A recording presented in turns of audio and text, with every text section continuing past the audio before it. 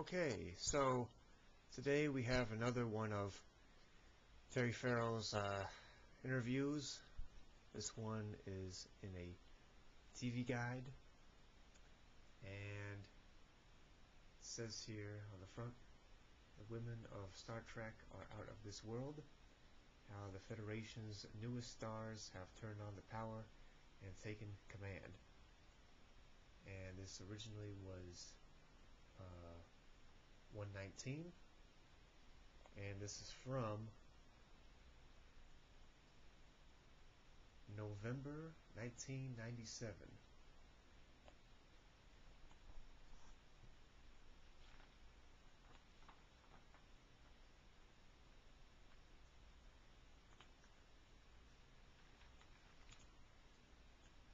And it has here in the contents a picture of Terry Farrell and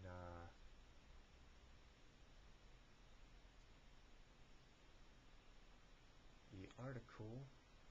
Does it say here? It doesn't say which page the article is on, or the interview. Oh, it says it right here. Solar Sisters on 18.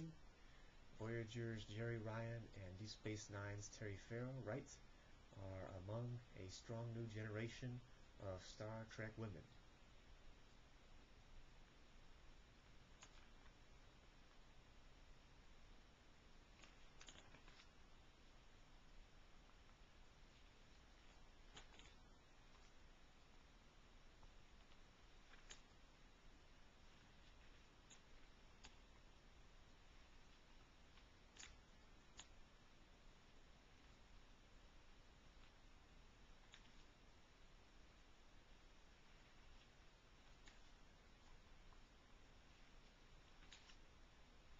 Alright, and it has another Terry Farrell picture with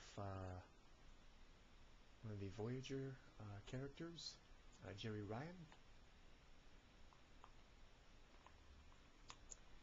And this article, I don't know if you can see this because it's kind of, I guess, stapled into the middle of the page here. But it says Solar Sisters, and it says 7 of 9 and Dax embody the new breed of Star Trek women, confident, courageous, and totally in control. They are the Star Trek women of the 90s. Hear them roar. Back in the free love 60s, most of the females seen on Gene Roddenberry's classic sci-fi series were busty bombshells with microscopic skirts and beehive hairdos. With the Reagan-era 80s came Star Trek The Next Generation, the most acclaimed and intellectually challenging of the Trek series, yet one populated with docile women who were medics and shrinks. In other words, caregivers to the male crew members of Starfleet. But as the new millennium approaches, it's interesting to note that every single one of the female regulars on the two current series, the syndicated Star Trek Deep Space Nine and UPN's Star Trek Voyager, is strong, smart, complicated, and commanding. And they can kick your keister from here to Ursa Minor. We are not Stepford women in space, says actress Terry Farrell, who plays DS9 Science Officer Jadzia Dax. We're proud, and we've really got it together. And join species. Oh, and I'm thrilled that little girls can tune in and see that. Farrell's character is a Trill, a joined species comprising a 356-year-old symbiote worm encased in the body of a young female host. The resulting new life form still carries the personalities and memories of the worm's previous 7 hosts, some of them male, and is arguably the most provocative, dizzyingly layered role ever created for a television actress. Until DS9 came along, the other parts available to me required little more preparation than working out my bod, says Farrell, who made her TV debut in the 1984 freshly nighttime soap Paper Dolls. To be cast as Dax was overwhelming. This part worked out my brain.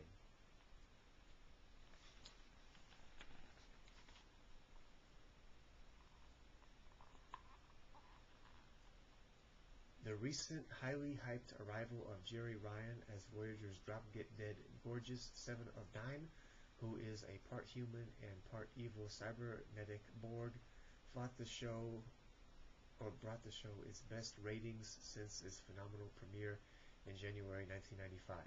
It's so refreshing to play something other than the doormat, the victim, or the leading man's girlfriend, says Ryan, who is not remotely apologetic about her overtly steamy character or her seemingly sprayed-on Barbarella-esque wardrobe. She's sexy, but not a sexpot, notes Ryan, and there is no reason sexy women should always play the bimbos. Intelligence comes in every possible physical package, and it's time we show that.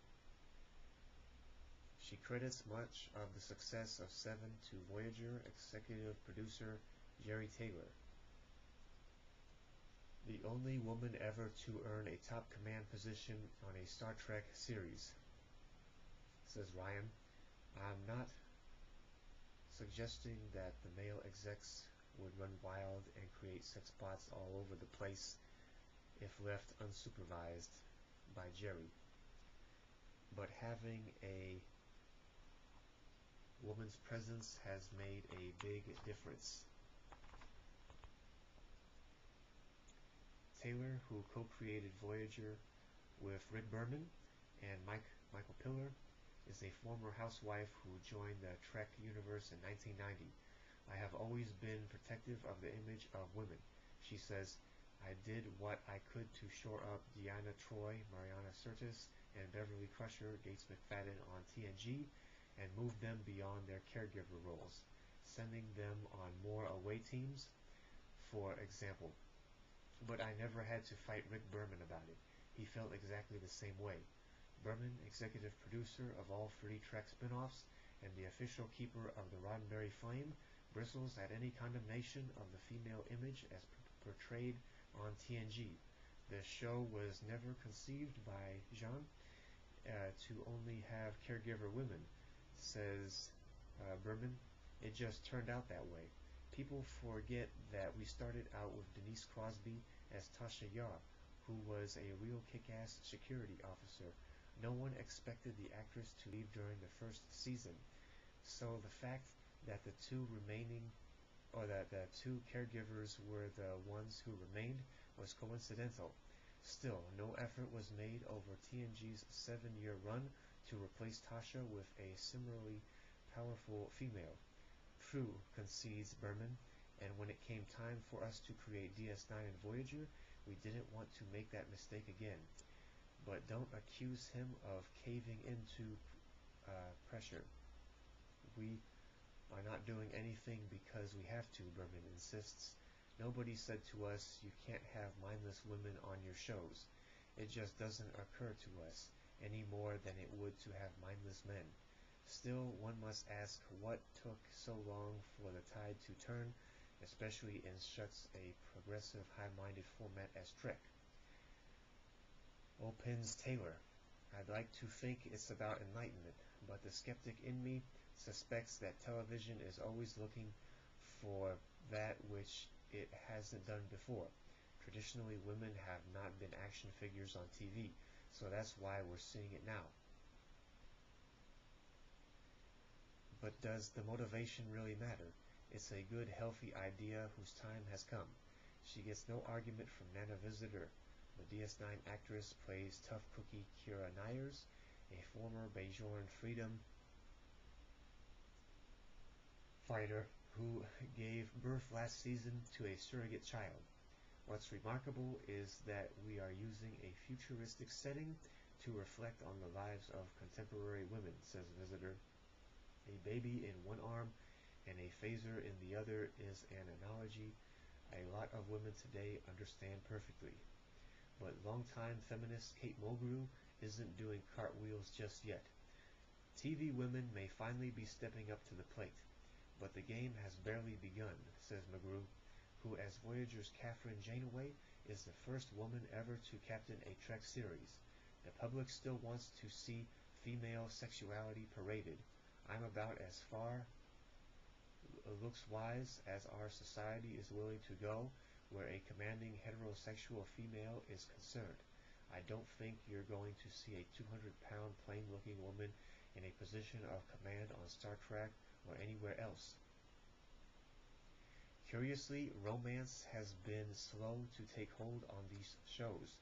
In a DS9 episode airing this week, Dax will wed her Grinch-like Klingon boyfriend, Worf Michael Dorn. It's the first marriage between two major characters in the entire 31-year history of the Trek franchise, notes DS9's executive producer, Ira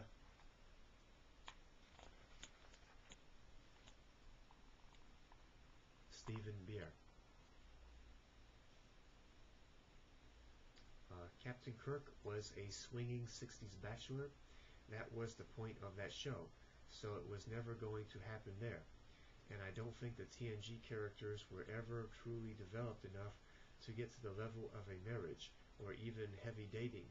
But with DS9, which is a much more character-driven series, it just seems like a natural outgrowth.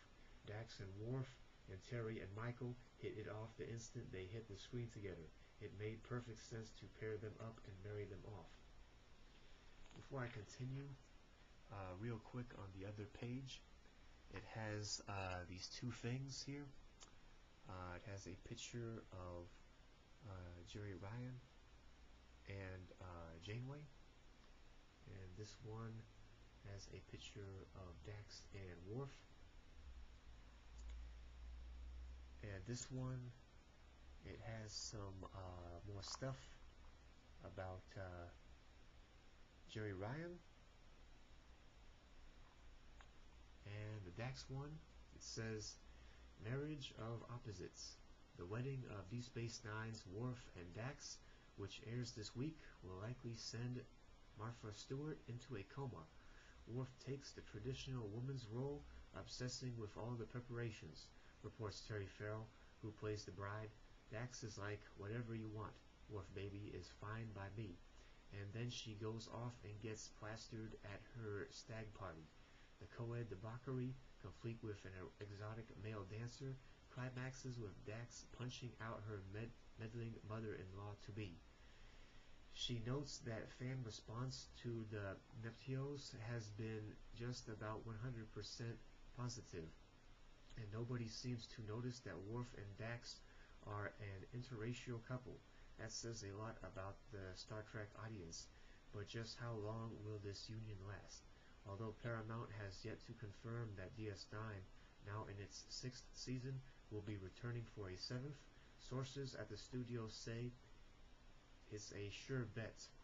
All of the regulars have re-signed except for Farrell, who did not like Paramount's financial offer.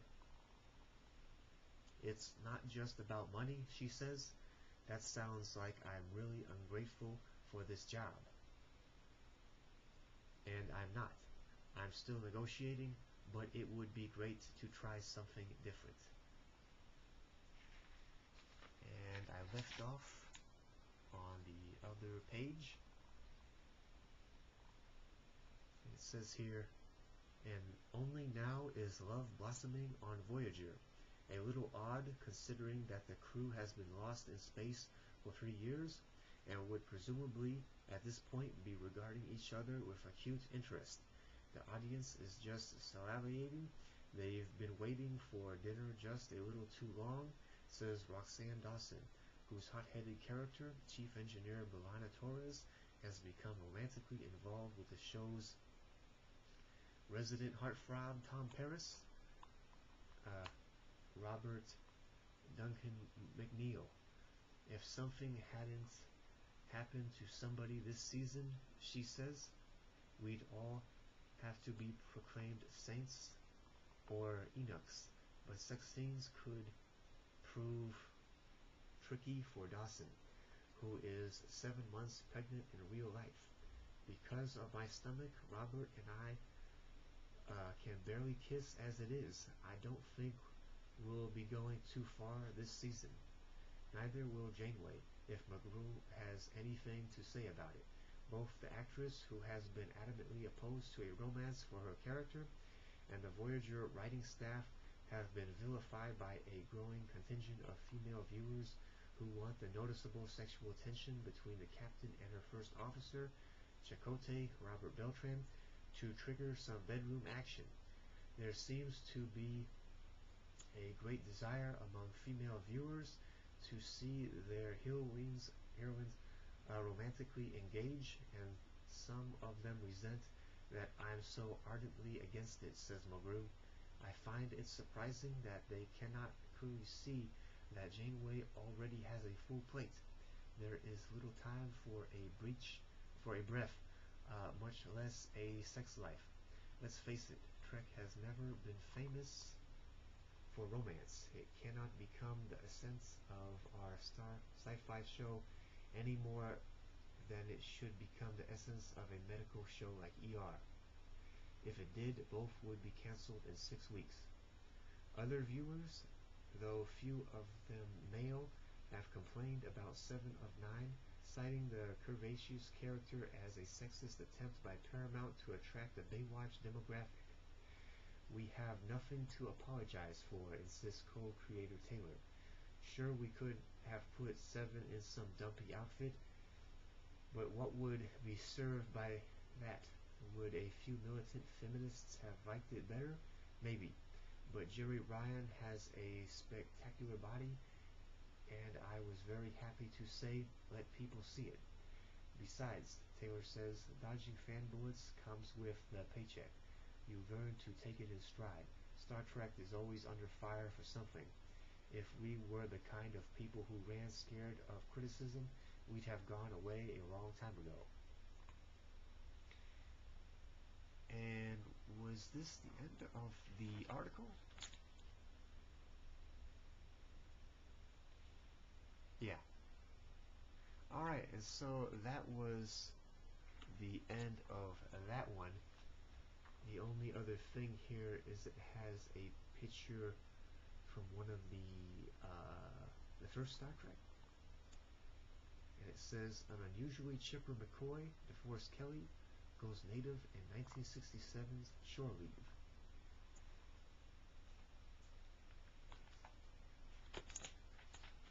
And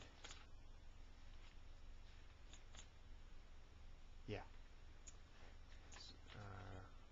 Is there any other stuff here? Or I guess that's about it.